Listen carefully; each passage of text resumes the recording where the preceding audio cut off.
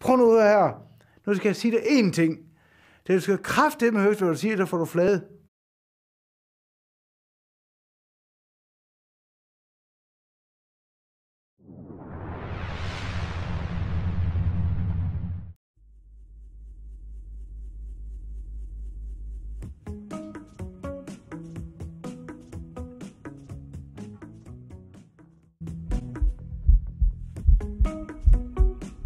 Jeg var heller ikke menneske. Jeg var faktisk et monster. Et kæmpe, stort, egoistisk, steroide monster.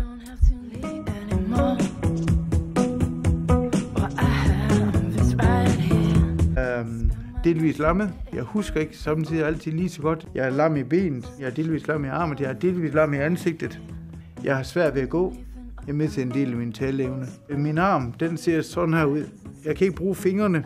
Det kommer jeg desværre aldrig mere til. Jeg har problemer med at få rejsning. Jeg bliver maks 50-55 år, spår lægerne.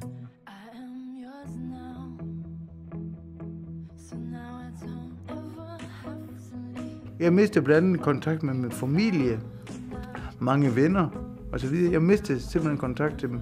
Jeg har ikke ret meget kontakt til min familie i dag, eller fordi de ikke viser mig.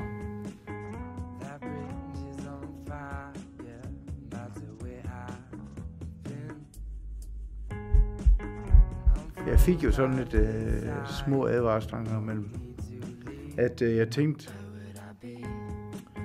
jeg kan godt mærke, at der er noget galt med min krop. Der er noget, som ikke skal være, men det kan ikke passe, det er anabole steroider. Det er sådan tænkte jeg. Jeg valgte at tænke sådan.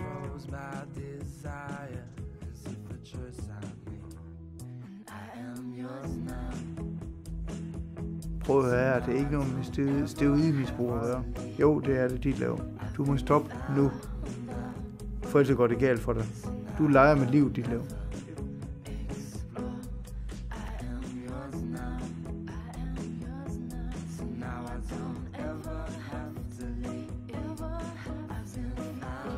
Så fortsatte jeg mit steroidmisbrug og trænede.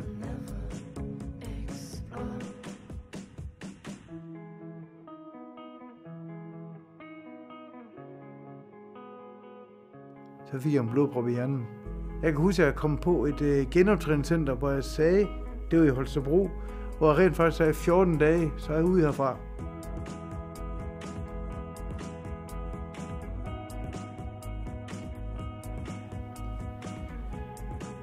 Hvordan jeg reagerede på, at jeg fik at vide, at jeg blev handicap for livet, det reagerede på den måde med, at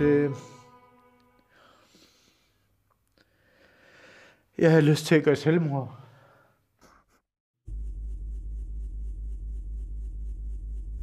Det er faktisk forfærdeligt at indrømme det, men alt det her det er sket på grund af anabole steroider. Jeg er ledet ved at indrømme det, rigtig ledet ved det. Det er sandheden.